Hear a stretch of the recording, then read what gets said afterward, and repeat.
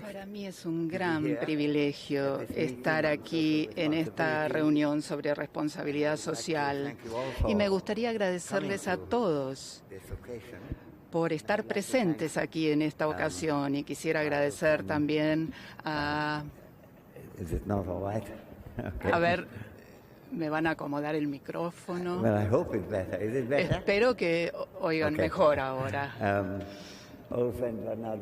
A mi viejo amigo Bernardo Klicksberg le quiero agradecer sus palabras por demás generosas y amables. Y también le agradezco mucho a la señora Minicelli y a todos ustedes.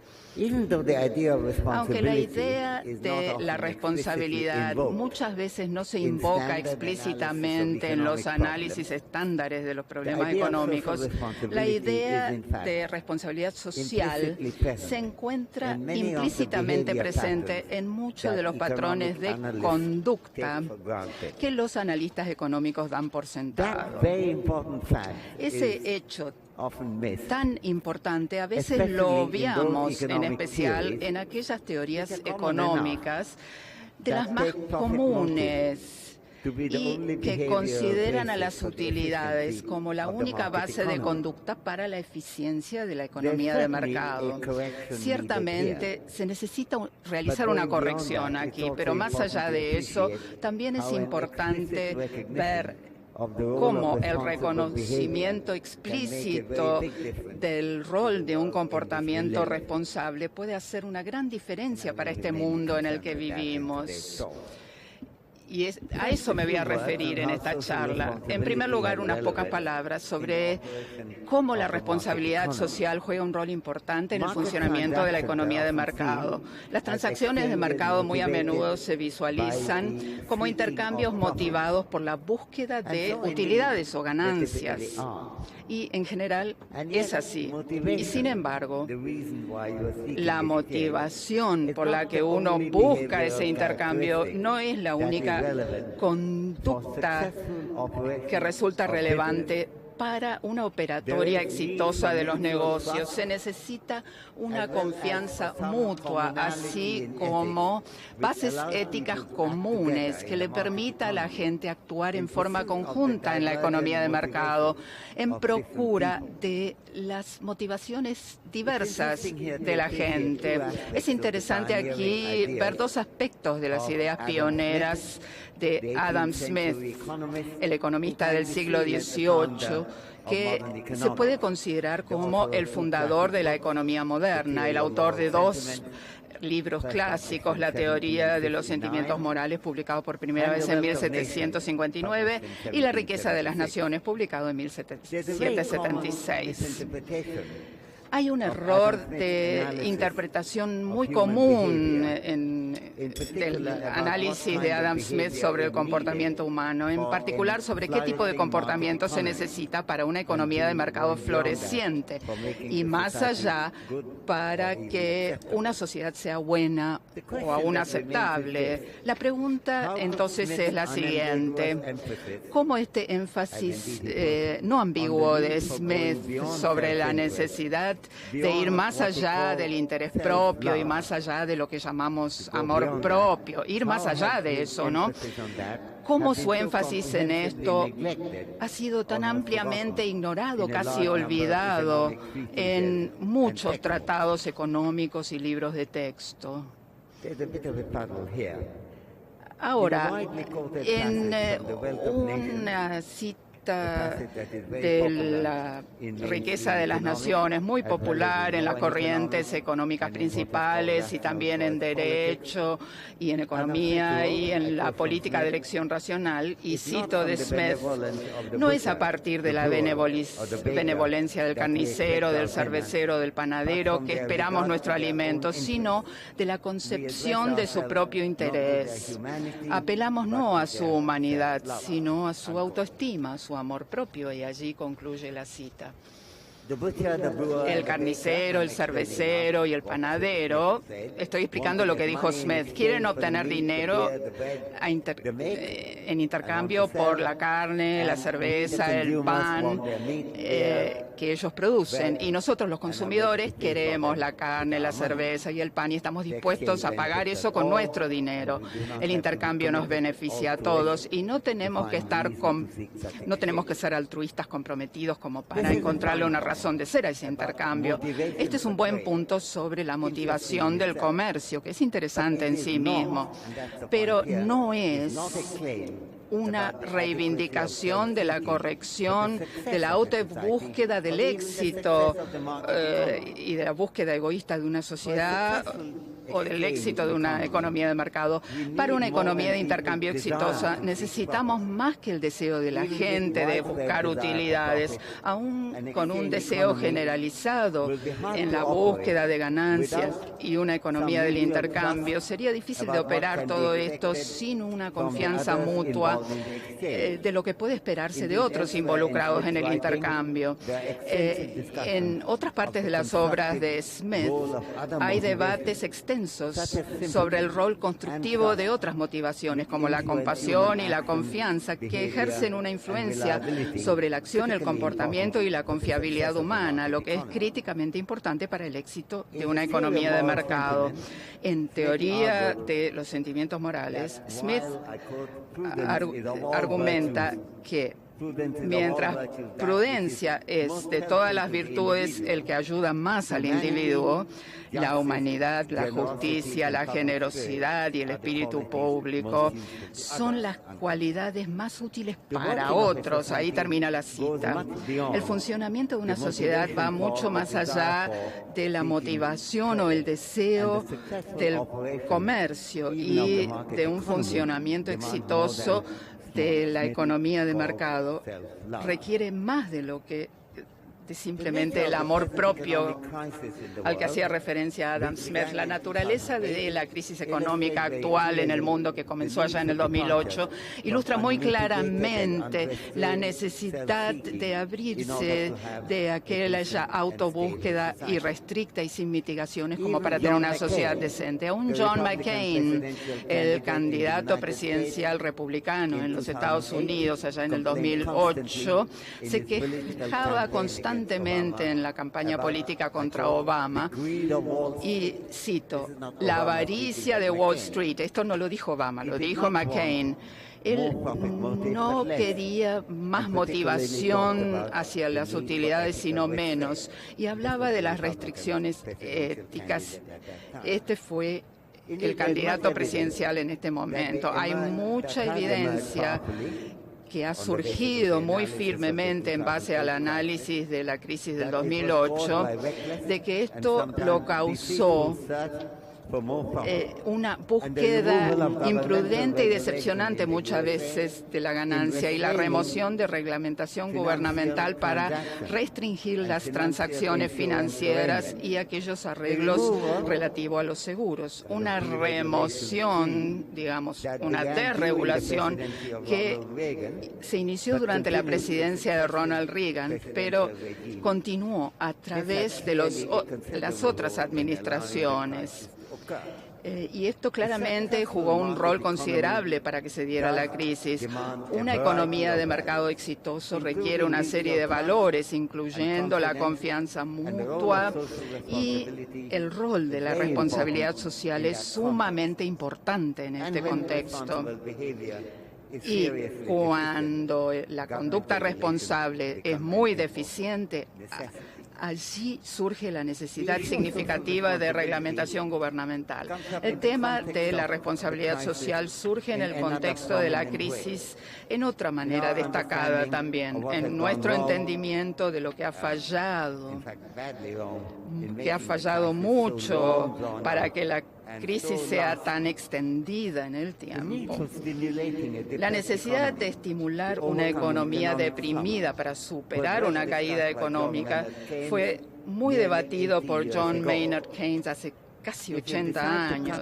Si uno decide recortar la compra de productos que venden los carniceros, los cerveceros y los panaderos, ellos, o sea, los carniceros, cerveceros y panaderos, tendrán menos ingreso para gastar y a su vez deben recortar su propio consumo, así extendiendo la recesión a otros. Y este proceso puede seguir. John Maynard Keynes lo denominó el efecto multiplicador. La contracción puede acumularse. Y así también la expansión.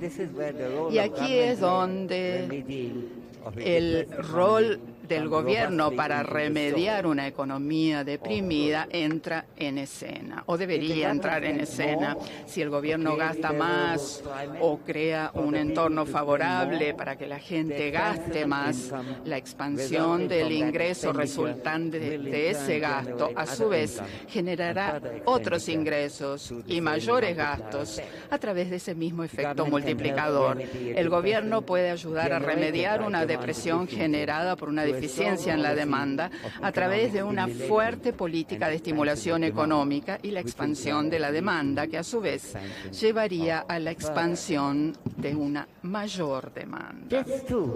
Esto también es una cuestión de responsabilidad social, en este caso del gobierno. Si los gobiernos de Europa y de los Estados Unidos también han fracasado en hacer esto de la manera correcta y han elegido ir en dirección de una austeridad severa, como han hecho las economías de la eurozona liderados por el Banco Central Europeo y la Unión Europea, entonces hay una falla en comprender lo que es la responsabilidad social. La causa de esta falta de idoneidad de las políticas en Europa no es un deseo de ser socialmente irresponsable, nada que ver, sino una falla en el razonamiento para comprender lo que se necesita en las circunstancias actuales en Europa. Para forzar a aquellos países con un déficit presupuestario a recortar sus gastos puede parecer una política muy sabia y sin duda hay algún nivel muy crudo en que esta política contraproductiva puede parecer la medicina correcta y puede provocar penurias innecesarias y quizás no se logre el objetivo deseado de reducir los déficits. Por el recorte en los gastos también reduce el ingreso. No puede reducir el déficit salvo a través de una crisis muy profunda de la economía y de una catástrofe en la calidad de la vida humana. Hay una amplia tendencia a suponer que si duele una política, debe estar haciendo algún bien también. Pero promoviendo sangre, sudor y lágrimas puede no ser una buena política económica en muchas circunstancias.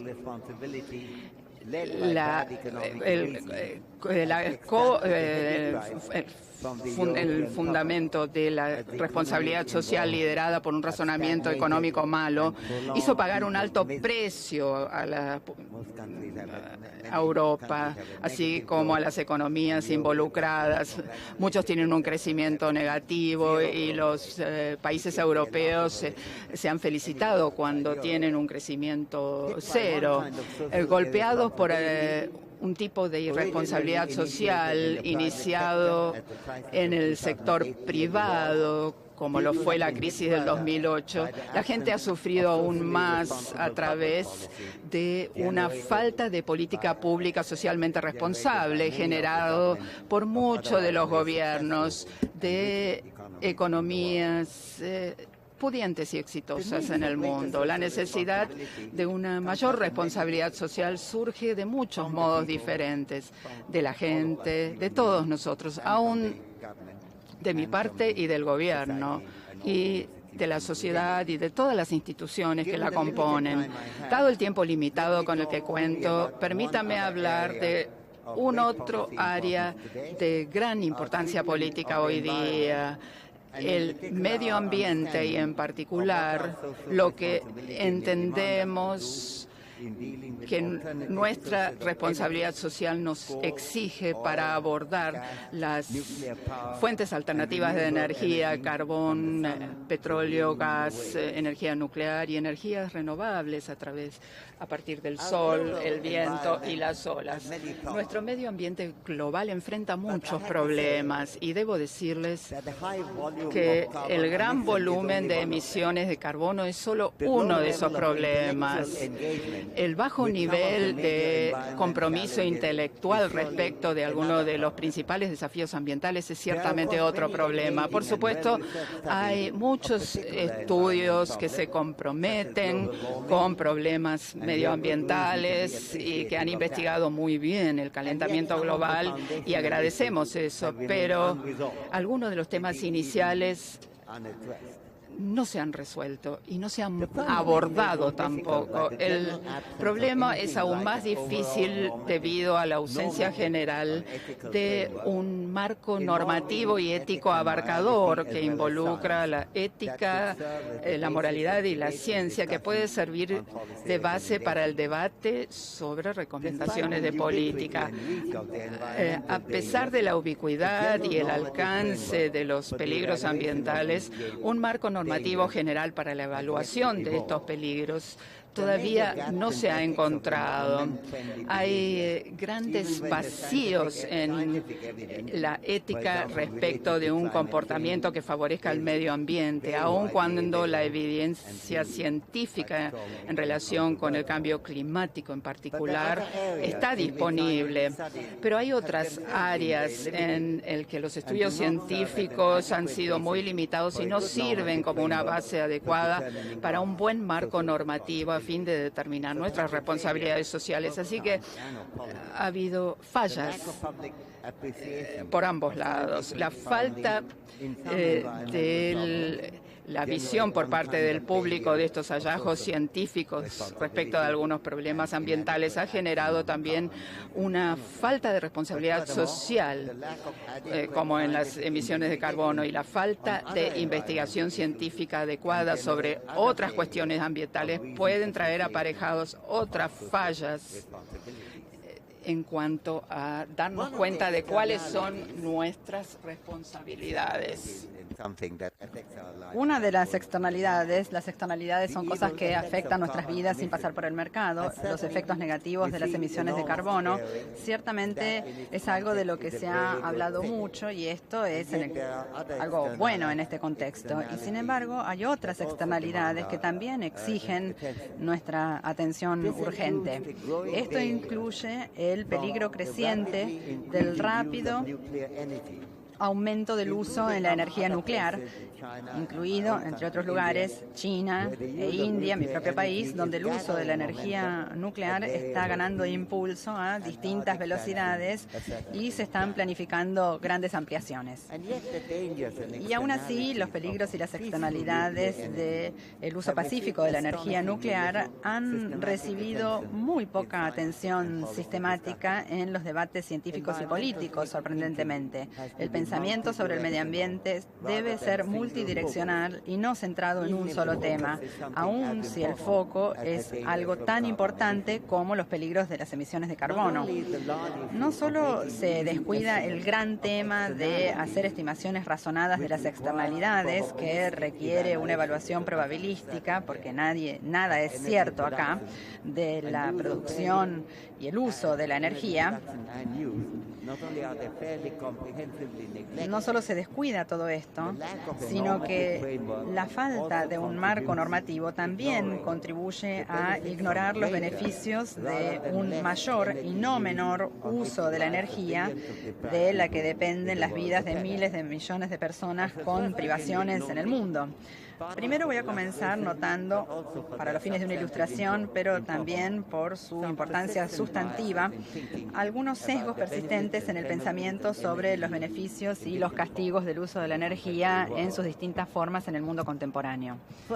En primer lugar, el reciente foco sobre el pensamiento acerca de la energía se ha concentrado particularmente en las formas y medios de reducir las emisiones de carbono, que dije, por sí mismo es algo bueno, y vincular eso con recortar el uso total de la energía en lugar de considerar al uso de la energía como algo esencial para conquistar la pobreza y ver a los desafíos ambientales con un entendimiento más abarcador. Parece haber un reconocimiento insuficiente en el debate global acerca de la necesidad de hacer un uso mayor de la energía en los países más pobres. Por ejemplo, en India, 1/3 de las personas no tienen conexión a la red eléctrica. Hacer que sea más fácil producir energía con mejores correlatos ambientales puede entonces ser un aporte no solo a la planificación ambiental, sino también a hacer que sea posible que muchas más personas lleven una vida más plena y más libre.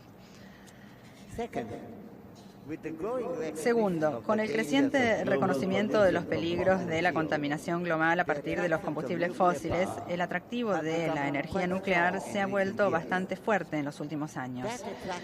Ese atractivo se aplica, entre otras cosas, a la comunidad científica también. Pero parece atraer también mucho a los formuladores de políticas globales. Por ejemplo, en su presentación sobre los datos acerca de la energía limpia, el Banco Mundial, nada menos que el Banco Mundial, agrupa la energía nuclear con la energía solar y otras fuentes renovables. Y cito de un documento del Banco Mundial sobre los datos acerca de la energía limpia. Cito del banco. Dicen, la energía limpia es energía no hidrocarburífera que no produce dióxido de carbono cuando se la genera.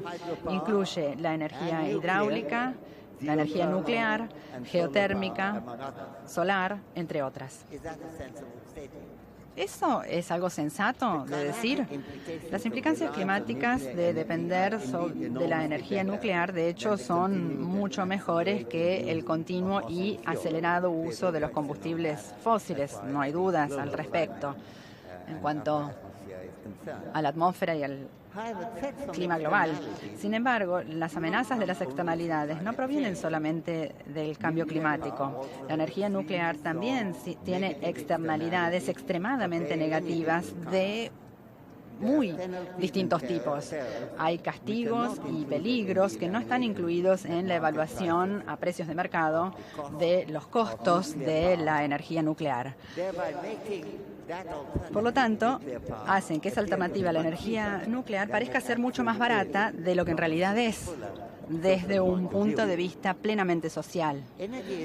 La evaluación de la energía como parte de la planificación ambiental exige una contabilidad mucho más extensiva y profunda de los costos, tomar nota de las externalidades de las distintas fuentes de energía. El tema de las externalidades en la producción y uso de la energía es un área epistémica ampliamente descuidada. La contabilidad de las externalidades, entre otras cosas, requerirá de nuevas técnicas de investigación, dado que las consecuencias a menudo van a tener incertidumbres considerables. No podemos predecir lo que puede pasar con una planta nuclear. Y las estimaciones de probabilidades no pueden derivarse de frecuencias observadas del pasado, ya que no tenemos mucho pasado que nos pueda orientar en esta área. Hay, sin embargo, y este es mi aspecto más tecnocrático como economista, también tiene que ver con mi interés en la matemática y las ciencias sociales. Hay, sin embargo, muchas formas diferentes de especular sobre las estimaciones utilizables de las probabilidades dentro de intervalos de valores, no valores particulares solamente, que nos pueda permitir razonar acerca de rangos de costos comparativos. La alternativa de ignorar la contabilidad de las externalidades en las comparaciones de costos incluyendo los de la energía nuclear, esto equivale en efecto a asumir que la probabilidad de que ocurra algo perjudicial sea despreciable. Y eso, por supuesto, sería un supuesto desastroso, sobre todo en el caso de la energía nuclear. Ahora, para ser claros, en este sentido, hay distintos tipos de externalidades, 5 tipos diferentes de externalidades que se suman a los costos sociales de la energía nuclear. 1, la posibilidad de enormes efectos derivados de los accidentes nucleares, como en Chernobyl y Fukushima. Fukushima se dio en uno de los países técnicamente más sofisticados del mundo, Japón, y quedó claro cuán fácil es que la planta aparentemente más segura pueda sufrir un accidente nuclear. Y cuando el mundo esté lleno de plantas nucleares en todo el mundo, eso en sí mismo va a ser un gran peligro.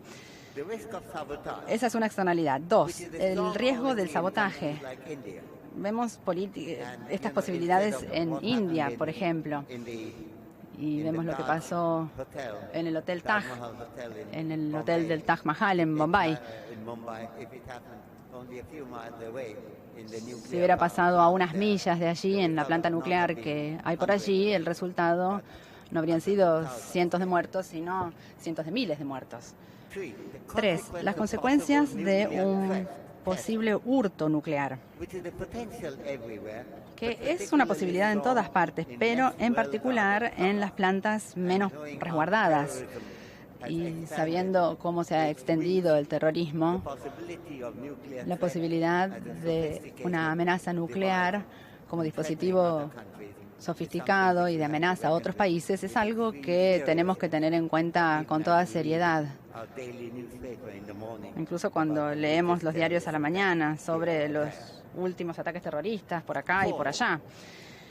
4, las dificultades en la disposición segura de los residuos nucleares, que van a crecer, se van a ir acumulando a lo largo del tiempo, en los últimos cientos de millones de años, y muy rápidamente si el mundo va a pasar a depender cada vez más de la energía nuclear, va a haber cada vez más residuos. Y 5, algo que no siempre se reconoce, las reacciones nucleares, que pueden dispararse cuando una planta nuclear es atacada con armas convencionales, en una guerra convencional o incluso en una trifulca local limitada. Uno puede sufrir un ataque en una planta nuclear con una bomba convencional y ciertamente eso puede disparar el proceso de fusión que desate un desastre nuclear, y eso es algo fácil de hacer, juzgando a partir de la cantidad de sabotajes que ya se han dado en todo el mundo. Cada una de estas externalidades implica posibilidades de grandes adversidades, incluso con pequeñas probabilidades que les asignemos a cada una. La suma de las 5 multiplicadas por la cantidad creciente de empresas nucleares en el mundo tiende a producir una probabilidad general bastante considerable, que puede implicar un daño enorme e inestimable. Las estimaciones del daño probable, de terribles a catastróficos, podrían ser gigantes.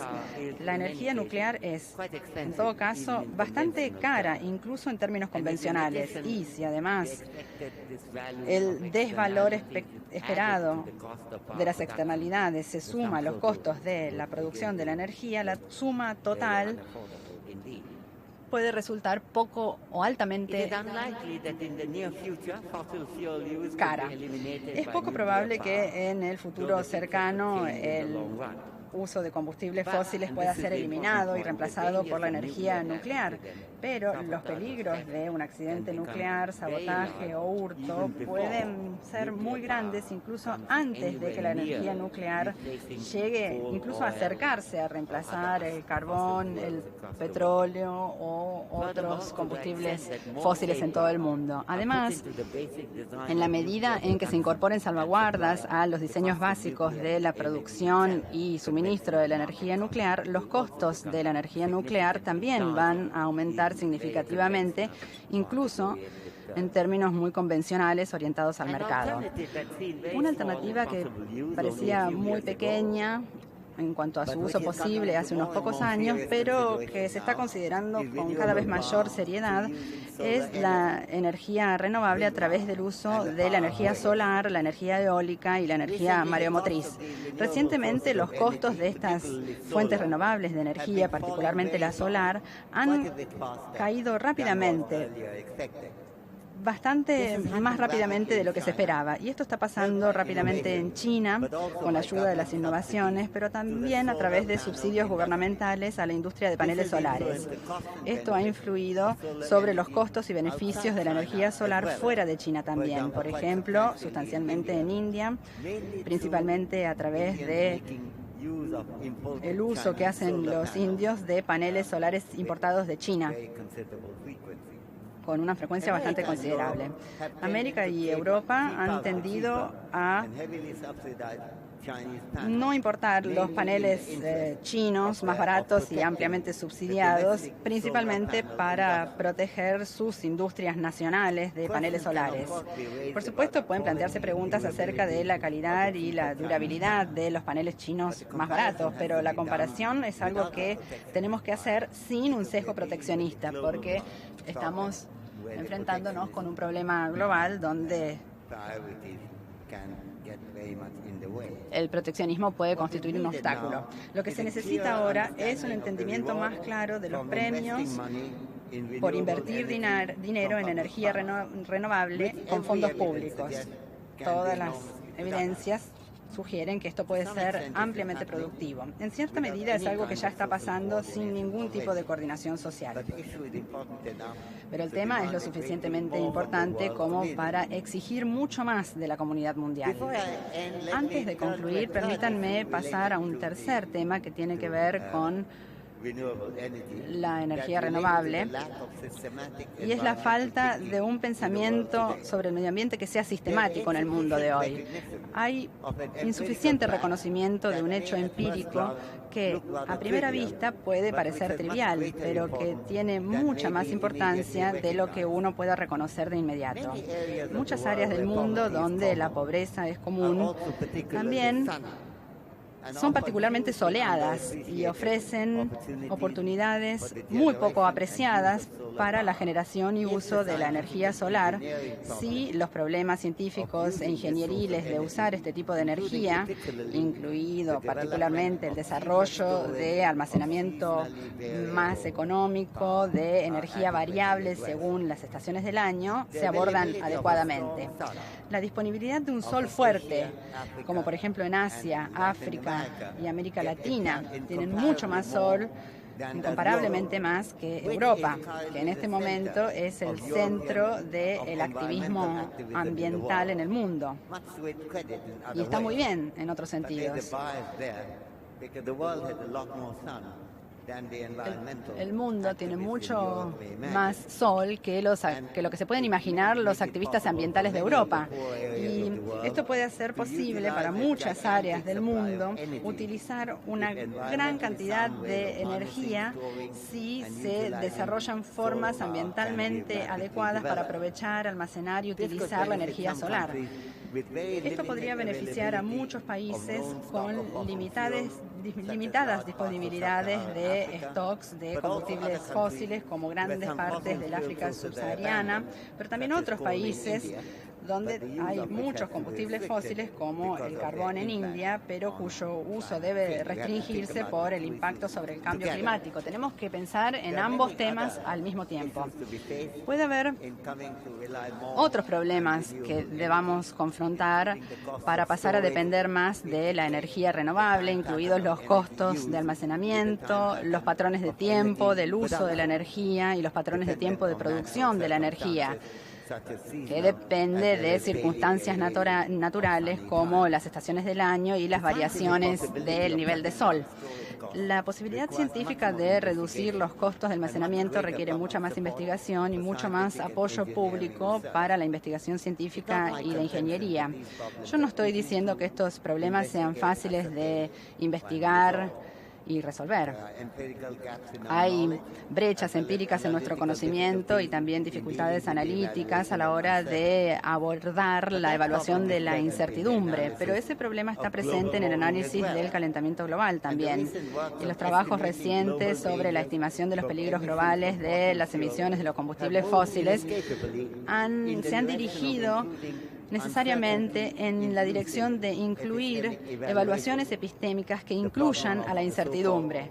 El problema de la fat tail o la cola gorda en la distribución de probabilidad en los peligros del calentamiento global, lo cual constituye un buen ejemplo. La responsabilidad social en la política energética requiere muchos más estudios de comparación entre la energía nuclear y la fuente renovable de energía del sol, el viento y las olas. Voy a terminar aquí. He tratado de ilustrar con ejemplos prácticos lo importante que es pensar sobre nuestras responsabilidades sociales de las personas, de los gobiernos, de las sociedades. El tema incluye el funcionamiento de la economía, que sea para beneficio de las personas, para la prevención de crisis innecesarias y la preservación de una vida social y económica, evitando los desastres que surjan del descuido público y privado de las responsabilidades sociales, como hemos visto recientemente, que también ilustré. Y también esto incluye la necesidad de un pensamiento ambiental sistemático que implique muchas dimensiones, tan ampliamente descuidado en el discurso y en la acción global en el día de hoy. Y podemos extender esa lista a otras áreas que no mencioné en el día de hoy. Por ejemplo, la necesidad de una atención universal de la salud, una educación escolar universal, equidad de género. Con suerte, Bernardo Klicksberg ya lo mencionó en la introducción, así que me pude concentrar en otros temas. Entonces tenemos que reunir todos esos aspectos y concluyo diciendo que la responsabilidad social es una invitación insoslayable y debemos responder a ella en la mayor medida posible. Muchas gracias.